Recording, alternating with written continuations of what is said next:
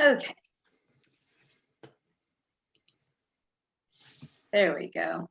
All right, Robbie, we have a couple or a few more people entering the meeting right now. We are streaming live on YouTube, and I will turn it over to Robbie in just a moment. I did want to mention or remind you that to save your Thursdays in June, Thursdays in July. Thursdays in July for Don Hendrick, and your Wednesdays in August for Venerable Ravina. More information can be found on the website at kadampa-center.org. And there's, of course, opportunities to sponsor these teachings or to provide donations to make these teachings happen. So see the website for more information. And I am going to go ahead and turn it over to Robbie now. Okay, thank you, Linda. Good evening, everyone.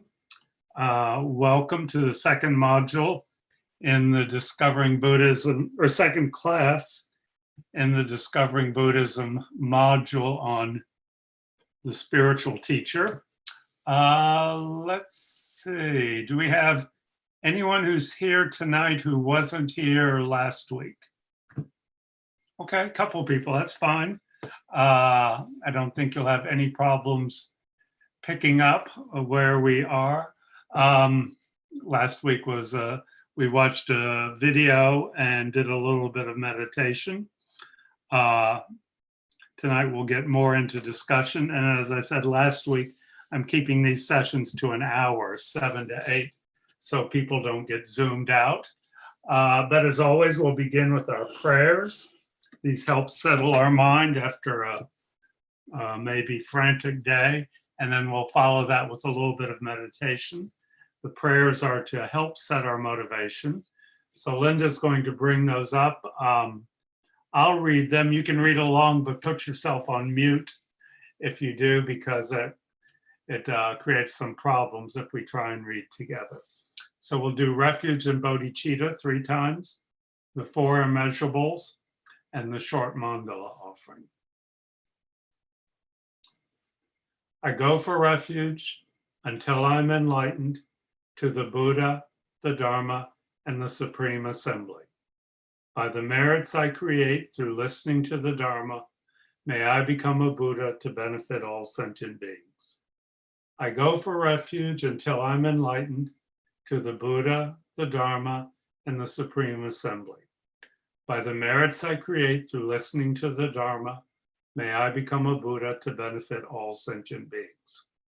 I go for refuge until I'm enlightened to the Buddha, the Dharma, and the Supreme Assembly. By the merits I create through listening to the Dharma, may I become a Buddha to benefit all sentient beings. May all sentient beings have happiness and the causes of happiness. May all sentient beings be free from suffering and the causes of suffering. May all sentient beings be inseparable from the happiness that is free from suffering. May all sentient beings abide in equanimity, free from attachment for friends or hatred for enemies. This ground, anointed with perfume, strewn with flowers, adorned with Mount Meru, 4 continents, the sun and the moon. I imagine this as a Buddha field and offer it. May all living beings enjoy this pure land. Idam Guru Ratna Mandala Kam Niryatayami.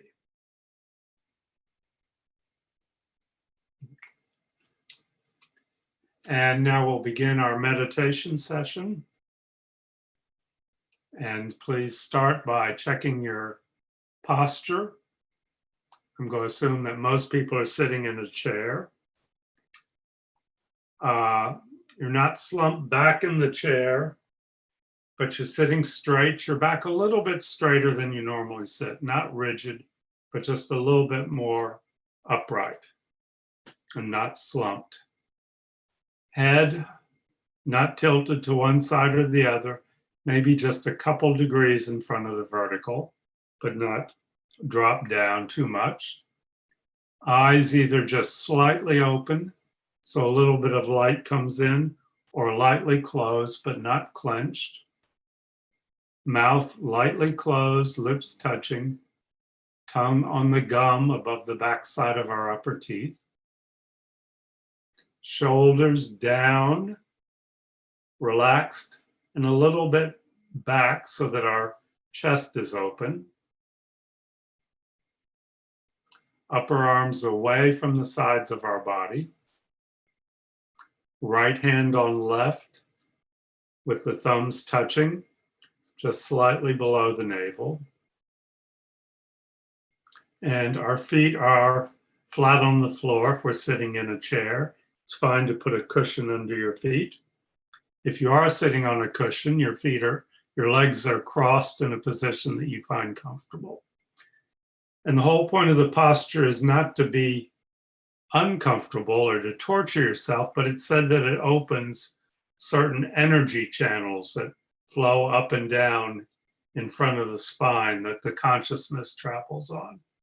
So the posture helps free the consciousness from ordinary thought as we do our meditation.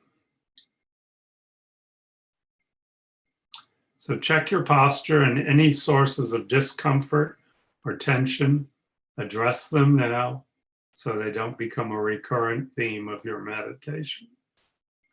We could do 10 minutes of meditating on how uncomfortable my legs are, but that really doesn't accomplish a whole lot, to be honest with you. So if they're uncomfortable, address that now and get a posture that works for you.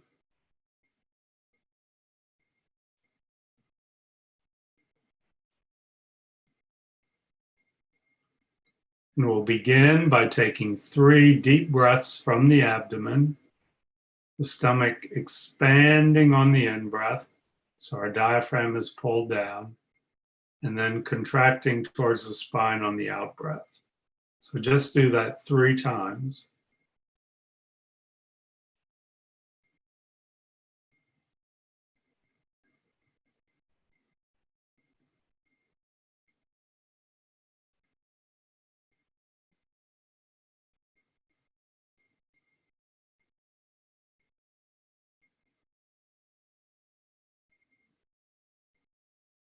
And now we allow our breathing to return to its normal pattern. And we start our meditation session by setting our motivation. We've already done that to some degree with the prayers, but now we think specifically about the bodhicitta motivation, the wish to become enlightened for the benefit of others. The thought that I am doing this meditation to develop my mind, to develop its capacity for wisdom and compassion, so that I can become fully enlightened, not for my own sake, but for the benefit of all sentient beings. And that's not a way we normally think, or most of us don't. So if it seems a little bit artificial or forced, that's okay. But just think that way for a moment. I want to become enlightened so that I can benefit others. The bodhicitta, great mind motivation.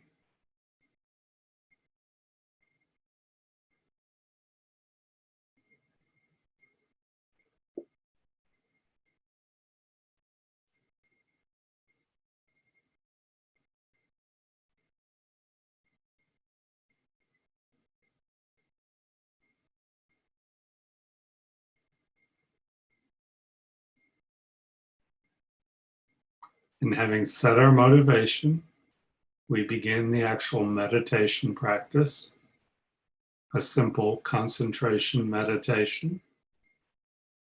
The chosen object is the movement of the breath, the physical sensation of air moving in and out through the openings of our nostrils. Just that slightly cool, tactile sensation. We place our awareness on that.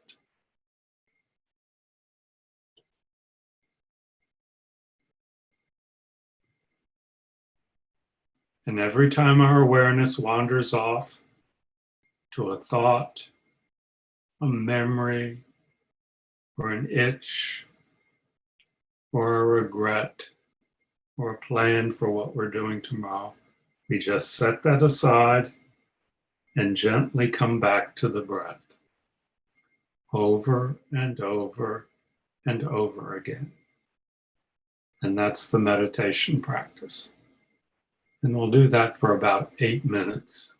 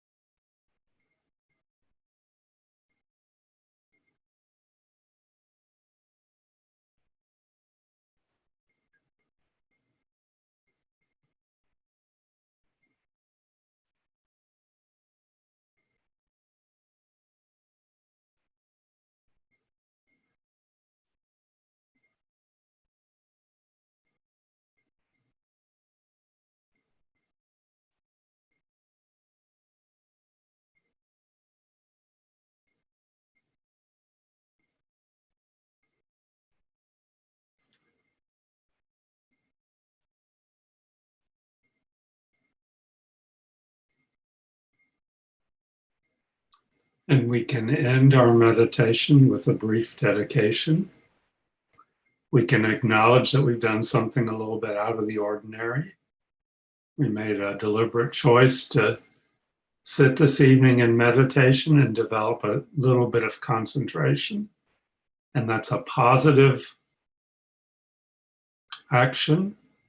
It's made a positive imprint, positive in the sense that it leads to happiness.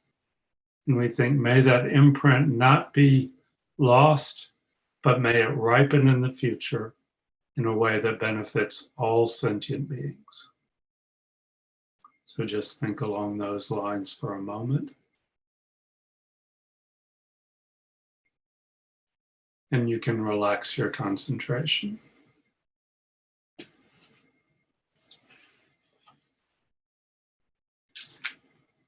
Do we have any questions specifically about that meditation or comments before we get into the material for this evening?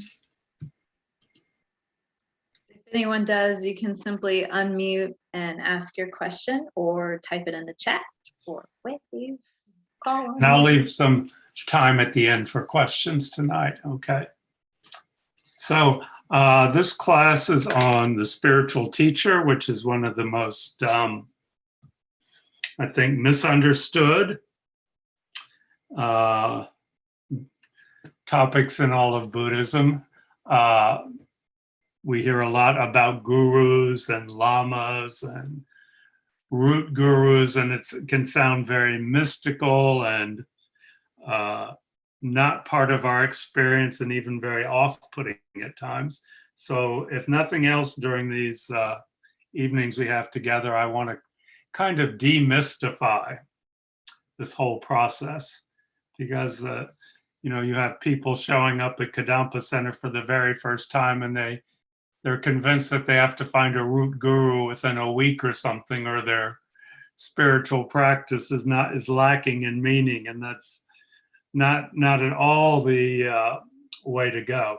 So we're talking about teachers, and we've all had experience of wonderful teachers in other areas, and some of us have had the experience of wonderful Buddhist teachers also. And I think it helps to start off by just thinking about the different types of teachers we may encounter as we progress along our spiritual path, or as we study Buddhism. As I mentioned last week, you know, each of us has different needs, is looking for something different. Our relationship with teachers, or our lack of relationship with teachers, is going to be completely individual, and that's perfectly okay. There's no party line you have to follow in terms of relating to teachers or finding teachers. Most of us who study Buddhism for more than maybe one DB module will have multiple teachers during our as we progress along our spiritual path. They will each be unique individuals. Our relationship with each one will be different. The teachers will have different levels of education and attainment themselves, and they will relate to different students in different ways. We won't see a teacher relating to each of his students in every way.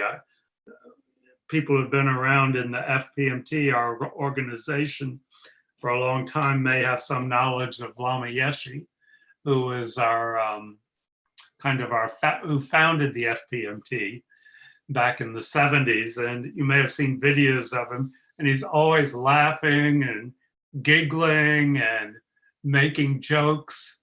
And then you hear these stories from some of his longtime students who would have one-on-one sessions, and they said he was absolutely ferocious with them. So he was relating to the students in the mass teachings in a very different way from he might relate to a student one-on-one. As one of his students said, I can't remember, said, man, he was a heavy lama. But you wouldn't get that at all if you watch the many videos that have emerged and are still being shown on the FPMT website. So the teachers relate to students differently. Students relate to teachers differently. There's no perfect teacher for every student. There's no perfect student for each teacher. So just start from that ground point, and we'll look at some of the different sorts of teachers we may encounter. I mean, the first and most simplest, or the most one level of teacher, I'm not going to say simplest because they're highly educated, we may just meet an academic teacher of Buddhism. We may take a course in comparative religions in college or something. And this is someone who is just giving us the facts about Buddhism without necessarily bringing any personal experience of the teachings to the table. And that's a perfectly valid student-teacher relationship if that's what we're looking for. And I know we have people who take these modules and come to Kadampa Center, and that's all they want, just the facts, please, ma'am, as Jack Webb would say. You know, they just want to learn some cold, hard facts about Buddhism as compared to other religions. So that's a very simple level of student-teacher relationship. Now, beyond that, we may come to what we could call a Dharma instructor. I think most of the people who lead these Discovering Buddhism modules would fall into that category. Those of us who teach this have some knowledge of Buddhism, both its history and its basic core tenets, maybe less than an academic teacher, actually. A lot of us are kind of spotty in what we know about the history of Buddhism and haven't really studied it from an academic point of view. But we do have some knowledge of the Dharma. That's the term that's used to apply to the teachings of the Buddha, the teachings given by the historical Buddha 2,500 years ago, and as brought down in a continuous lineage through teachers to teachers that we've had. So we're people who have received teachings from other teachers who are far more knowledgeable than we are. We've studied the teachings, and we've tried to put them into practice in our own lives. We have some personal experience of the teachings. We think that this is the path that we have chosen, and we choose it to share it with others who are interested. So that's someone who could be called a Dharma instructor. But again, that's a fairly low-key sort of relationship. The relationship between a student and a Dharma instructor. Then we also may encounter what we could call meditation instructors. Okay, this is people who have practiced specific meditation techniques and have great experience of that. They may not have a tremendous amount of Dharma knowledge. Okay, but you'll have some people who kind of specialize in meditation practice, and they can teach that practice to you based on their personal experience. Or they may have some specific understanding, and this is something you'll see a lot in Tibetan circles, some knowledge of a specific ritual that you're interested in learning. So you may have a ritual instructor, again, who is not teaching you a whole lot of the Dharma, but is teaching you specifics about certain rituals. And Geshe Sampo at Kadampa Center, though he's not just a ritual instructor, has had a lot of teachings on various rituals, and that's one of his areas of expertise. So he gives teachings on rituals. He functions as a ritual teacher. So these are all pretty straightforward sort of relationships. There's nothing really out of the ordinary about these relationships. Then next step, we can enter into what we think of as the spiritual mentors. And this is a higher level of interaction between the student and the teacher. And typically we think of the spiritual mentor or the lama or the guru, those are terms we may use, though they're used somewhat informally, as someone from whom primarily we would take vows. okay? And there are different levels of vows that we take in Tibetan Buddhism. The first level is it's not really a set of vows, but it's what's called the refuge ceremony, which means acknowledging that the Buddha, the historical figure of the Buddha, the Dharma, his teachings, and the Sangha, the spiritual community, are your source of refuge on your spiritual path. And this is a specific ceremony. It's offered at Kadampa Center, maybe once a year, once every other year. It's offered by Geshe Geluk. It's also offered by visiting teachers. You take this as a kind of entry into a serious spiritual path. It's a ceremony you go through one time, and the teacher that you take it from needs to be someone that you respect, someone that you have some knowledge of, someone that you've checked out to a certain degree. It doesn't need to be for years, but you've come to their teachings and found that they speak to you. And that is your refuge mentor or your refuge guru. And that creates a sort of spiritual bond. This may not be your primary teacher on your spiritual path, but that is an important student-teacher relationship, taking refuge. The next set of vows, or the first set of vows, is what we call the lay vows, the pratimoksha vows. These are the vows of ethical conduct, not to steal, lie, drink intoxicants, sexual misconduct. What's the one I'm leaving out? There's one more. Anyway, there are 5 of them. I'm blanking on one of them. Steal, lie, intoxicants, sexual misconduct, kill. Okay. Take a vow not to steal, not to lie, not to kill, not to use intoxicants or mind-altering substances, not to commit sexual misconduct. And these are what are referred to as the lay, L-A-Y, or pratimoksha vows. And these are vows that are typically offered with the refuge ceremony, but you don't have to take them at the refuge ceremony. And the question that Westerners always have is, do I have to take all 5, or can I pick and choose amongst these? And most teachers, most Tibetan teachers say it's fine to pick and choose the ones that you take. Most people set the one to use intoxicants aside for at least a while. You take them with the understanding that you're not going to be able to keep them perfectly, but that you can take them over and over and renew them and purify those ones that you have broken, because most of them you will break at some point. It's hard to go a lifetime and keep these vows.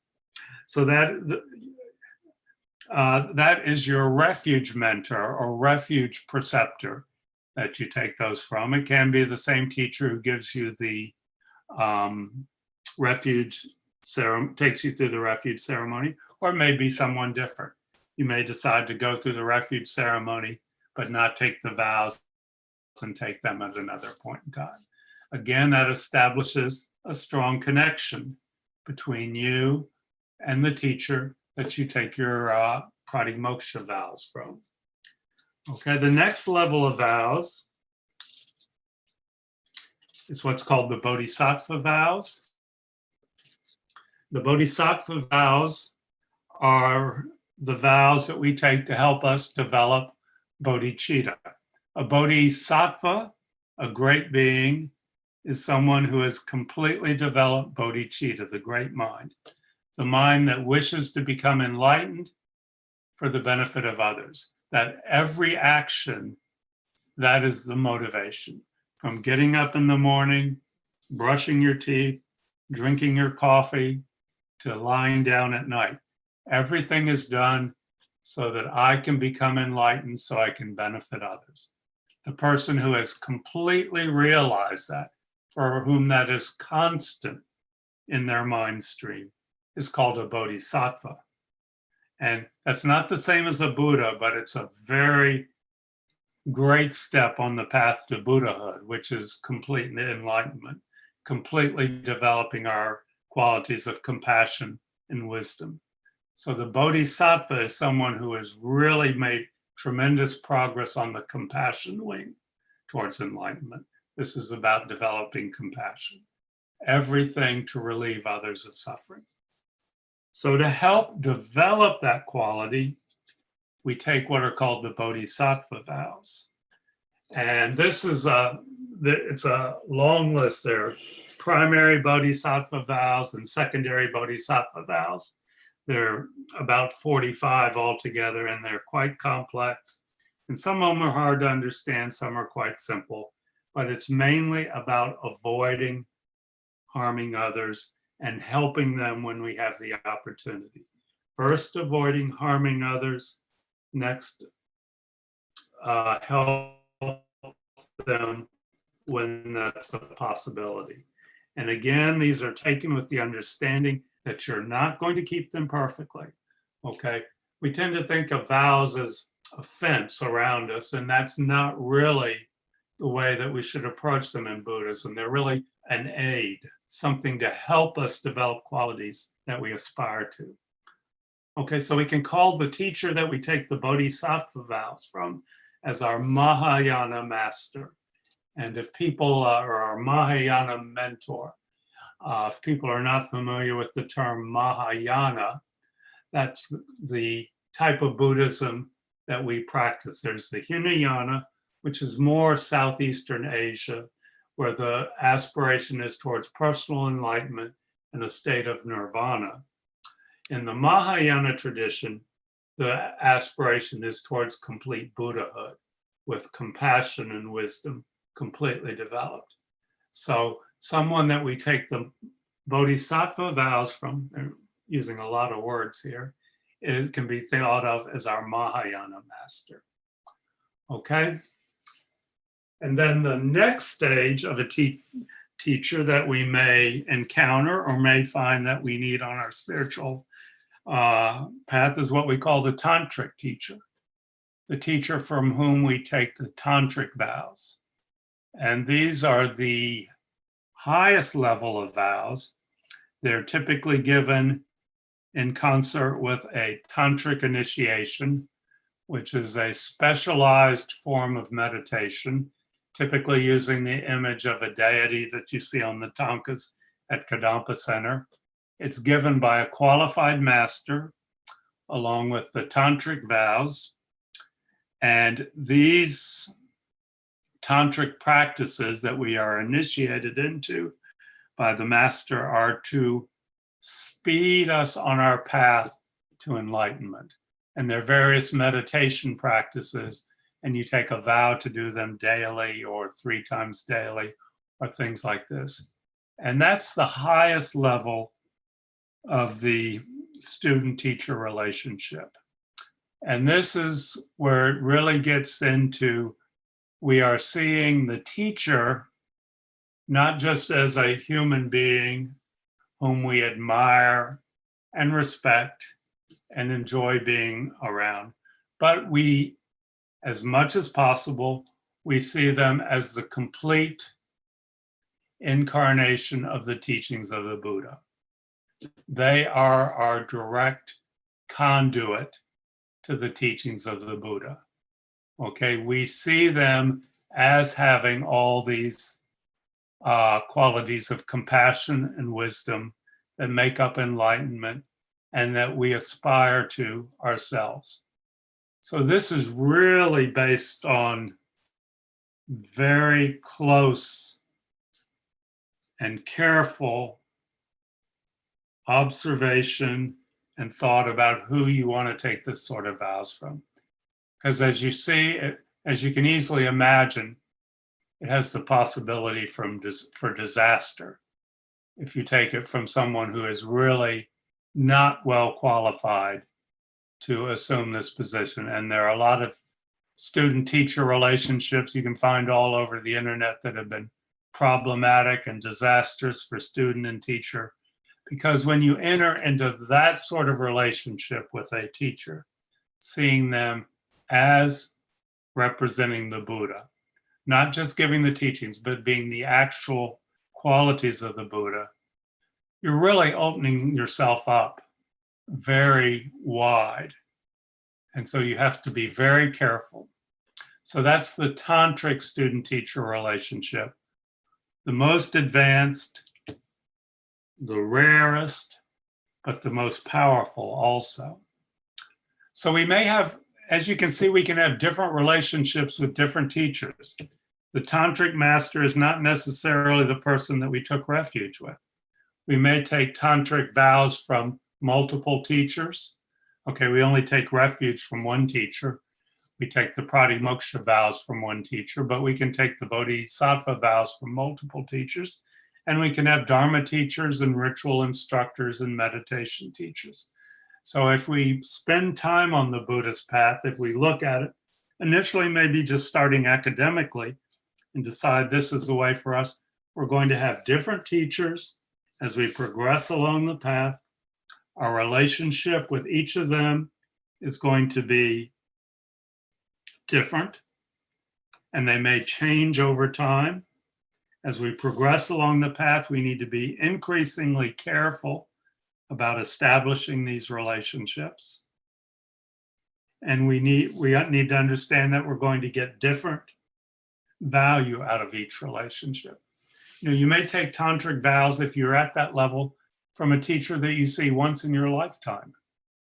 You may take the tantric vows and never actually physically see them again. But every time you do the practice, you are, in a way, communicating them. You may take tantric vows in a stadium with His Holiness the Dalai Lama, and there are 10,000 other people there. And most of them will not do the practice, and most of them will never see him again. But for you, it may be an incredibly meaningful ceremony. Another phrase that we hear is, sometimes you hear people talk about their root guru or their root lama. And that's the teacher that you have the strongest connection with, the one who inspires you the most, the one whom you see as the embodiment of what you want to be, the one who is your role model, the one who you really have that strong connection with. And this is just something that you decide on your own. You don't go up, you know, the teacher typically does not come up to you and say, I'm your root guru. This is something that you become aware of over time. Most commonly, it's going to be someone that you take tantric vows with, but that's not a requirement. Okay, so it's a kind of a loose term, but you will hear people say, so-and-so is my root guru. It's not really something you need to go around bragging about, but it's not something that you have to have right away or at any certain point on the path. Okay, so there are all these different types of teachers. Your relationship with them all is going to be completely different. Do we have any questions or comments now? We do have a question from Kelly S. And she asked, personal enlightenment and nirvana, is that Zen Buddhism? Okay, you got a couple terms there. Okay, Zen Buddhism is the type of Buddhism practiced in Japan. Philosophically, it is very similar to Tibetan Buddhism, Chinese Buddhism, several others. Those are the Mahayana tradition. Okay, the Hinayana tradition are the Vietnamese and the Buddhists of Southeast India typically. So you have Hinayana and Mahayana. Zen Buddhism, Tibetan Buddhism, Chinese Buddhism are the main types of Mahayana Buddhism. In Hinayana traditions, the aspiration is towards personal freedom from suffering, okay? Liberation from suffering, which means they talk about a state of nirvana, complete freedom from suffering, and to some degree, a state of non-existence. I am not an expert on Hinayana Buddhism, Okay, so don't take anything I say about that as word. But the aspiration is nirvana, personal liberation. All of the Mahayana traditions, Zen, Tibetan, Chinese, the goal is enlightenment or the state of Buddhahood. Okay, which means not just freedom from suffering, which basically is development of wisdom. Okay, development of wisdom is how we free ourselves from suffering, but aligned with compassion, the wish that others be free of suffering. So there are two components of enlightenment or Buddhahood: wisdom and compassion. In the Mahayana traditions, the goal is to maximize both of those. Okay, and Zen is a subset of Mahayana. All the different Buddhist traditions have a lot of cultural attachments. That's why Zen, very austere or comparatively austere, a lot of silence. Tibetan, the gaudier the better, lots of colors and noise and bells and all this, and Chinese somewhere in between. A lot of that is cultural, okay? But philosophically, those types are very similar. Does that answer your question? I hope that answers the question. There's a follow-up that Kelly has. Indian, Vietnamese, Korean is Hinayana. Yeah, there's not a lot of Buddhism in India currently, even though Buddhism started in northern India, and then it was replaced by Hinduism. But the Korean, the Vietnamese, Cambodian, okay, those are the Hinayana traditions. Okay. Okay, so let's see. We've talked enough about teachers for a little bit. Let's talk about students. Okay. What makes a good student? I know we all think of ourselves as good students, but what's a good student for someone who's on the Buddhist path? Let's see. The sun's starting to go down. A little dark here, okay. It said that Buddha gave us certain qualities that are optimal as a student to bring to the teachings. We may possess some of them already. We may be completely lacking some of them. But these are good qualities, he said, as a student, and we can work on developing them if we don't have them. And as always, if people are new to Tibetan Buddhism, they love lists. There's always lists. So there's 3 of this and 5 of that, and this is a 7 list, okay? So the first quality of a good student is open-mindedness, okay, which doesn't mean blank-mindedness or apathy or being completely blown around by the winds, but an open mind, okay? Not rejecting anything that's presented automatically, okay? An open mind, okay? Able to hear different ideas and evaluate them. The second quality is common sense, the ability to differentiate between what makes sense and what doesn't make sense just from a very basic level. I mean, you've heard, you hear horrible stories about various so-called teachers who have their students do horrible things, sleep with the teacher or,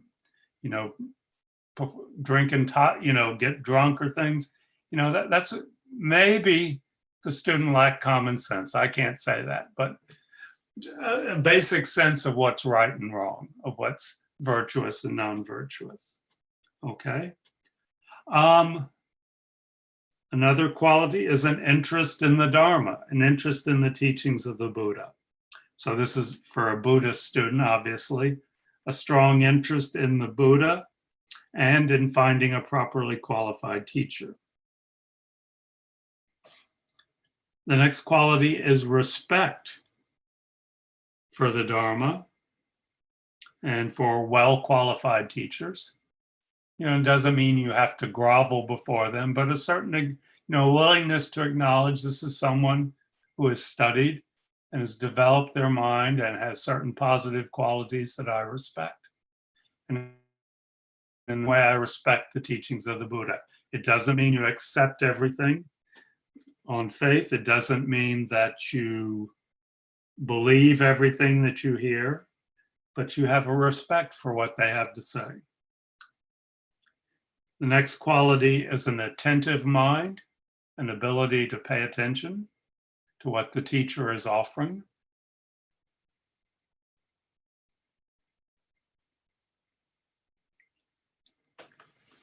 The next quality, and again, these are optimal qualities, and we may not have these at all times in our life, a degree of emotional maturity and stability. If we're in the midst of a great psychological or psychiatric crisis, that may not be the best time to try and listen to the teachings, or it may be difficult. Okay, it doesn't mean we have to be perfectly happy or everything, but we need a certain amount of stability to appreciate the teachings. And then the last quality is a basic sense of ethics, of what's right and wrong. And in Buddhism, ethics basically refers to not harming others. Okay, so understanding that our actions, as much as possible, need to be ethical. Okay, so open-mindedness, common sense, interest in the Dharma, respect for the Dharma and the teachings, ability to pay attention, some emotional stability, and a sense of ethics. Okay, those are the optimal qualities of a student. And like I say, we may have them at certain times, we may not. That's okay.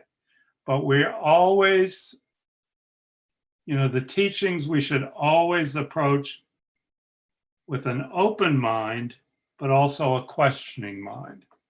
The teachings should always be approached of, how does this measure against my own experience?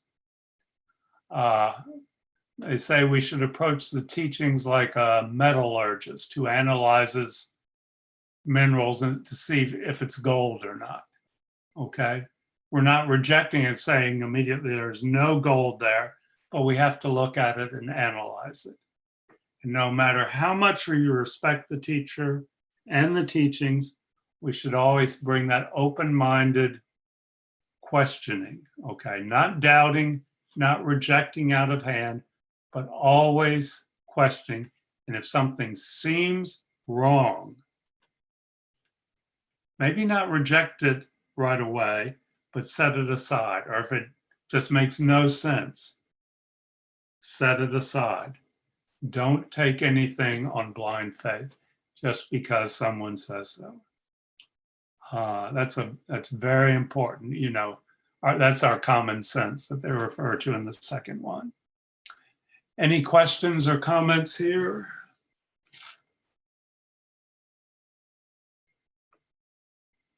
Okay, let's finish up with another meditation. Okay.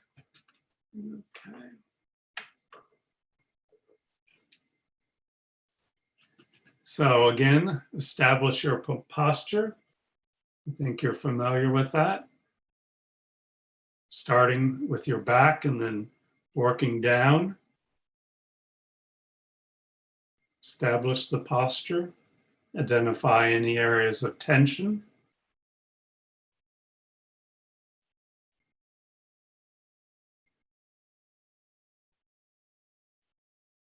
Three deep breaths from the abdomen.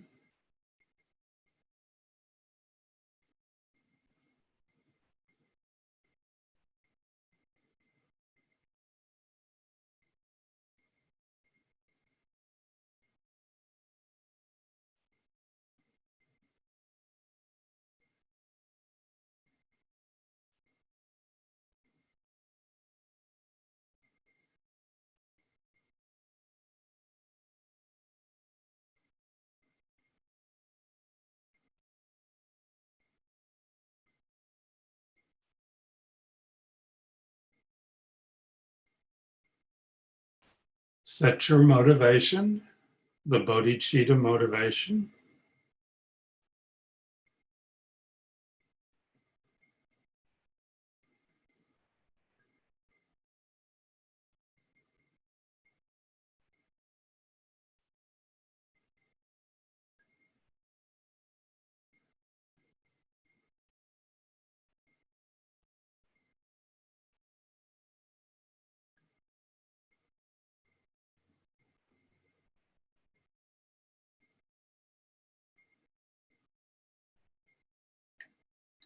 Now a couple minutes of breathing meditation, awareness, concentration on the physical movement of air in and out through the nostrils.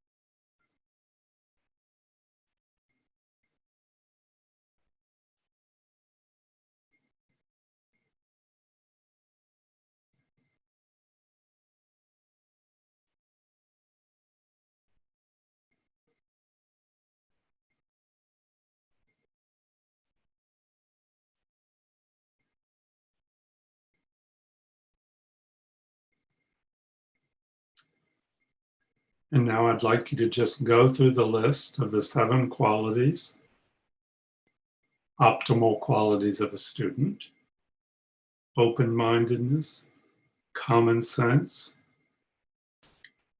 interest in the Dharma, respect for the Dharma and the teachings, an attentive mind, emotional stability, and a sense of ethics. And just think, which of these qualities do I have? Which do I maybe lack to some degree? How would it benefit me to develop those qualities? Not to criticize yourself, but just the acknowledgement that none of us is a perfect student. How, when I find a qualified teacher, can I get more benefit from that relationship? What quality could I bring to it?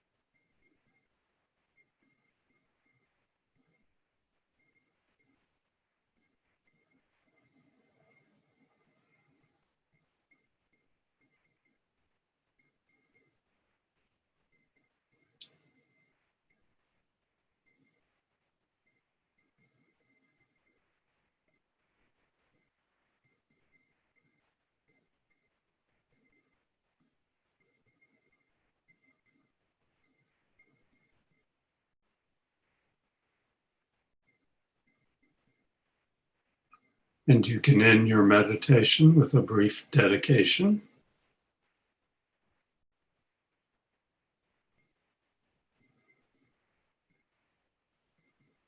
Okay.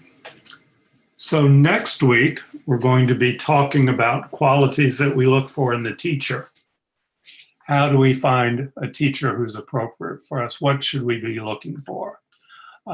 Particularly as we progress along the spiritual path. We need to be very careful. So we'll talk about those qualities. And in preparation for that, I'd like you to meditate for six days again this week. Set your motivation. Do 5 minutes of concentration meditation. And then while still in that concentrated state, I'd like you to bring to mind wonderful teachers that you've had in your lifetime.